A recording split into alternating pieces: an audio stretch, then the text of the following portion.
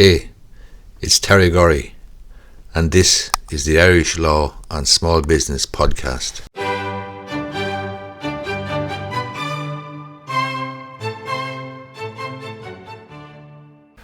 In this video, I want to take a look at some changes that were introduced around employment law in December 2022.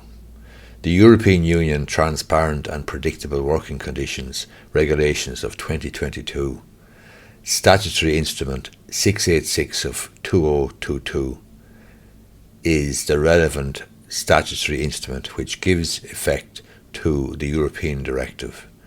The changes that brought about include changes to the Terms of Employment Information Act 1994, the Organisation of Working Time Act 1997, the Protection of Employees Fixed Term Work Act of 2003, and the Workplace Relations Act of 2015.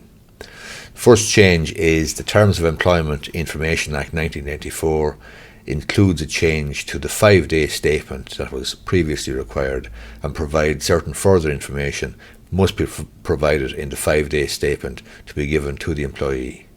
In addition to that, the Statement of Terms of Employment, which was obligatory pursuant to the Terms of Employment Information Act of 1994, must now be given within 1 month of starting the job, not 2 months. So this was 2 months, now it's 1 month. The probation period. The maximum probationary period now permissible from the 1st of August 2022 is 6 months, unless in certain limited exceptional cases when it can be extended to 12 months. But the ordinary course of events up to now, the usual practice would be it was for 6 months and extendable to 11. It is no longer permissible to extend the probation period to 11 months or 12 months, except in limited exceptional cases. You need to have a look, and we'll have a look there in a minute, at the limited exceptional cases. The Organisation of Working Time Act 1997, there are some changes to ensure greater predictability of work. In relation to fixed-term workers, where an employee is working on a fixed-term contract which provides for a probationary period, that probationary period must be proportionate to the fixed-term contract of employment.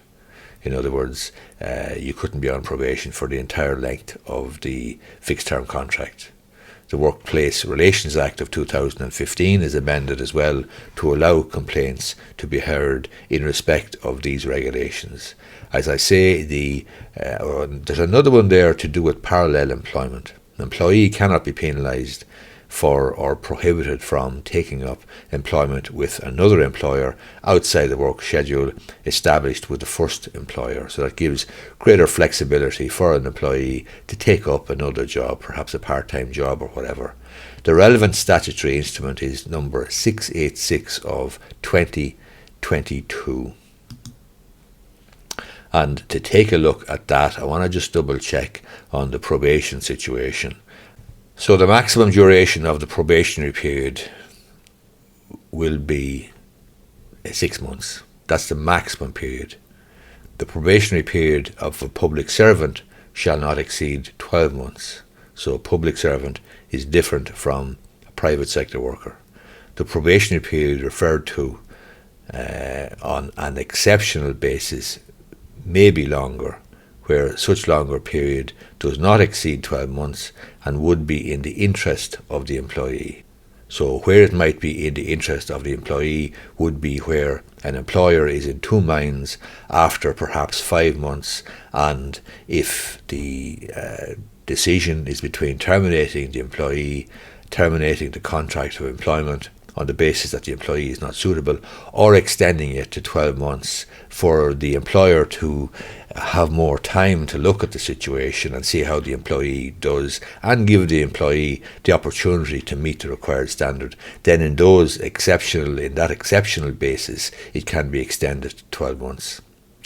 The relevant instrument, statutory instrument, as I say, is number 686 of 2022, and you can Google that, you'll find it on irishstatutebook.ie. I hope you find this video useful. If you do, I would appreciate if you gave it the thumbs up down below. Thanks a lot.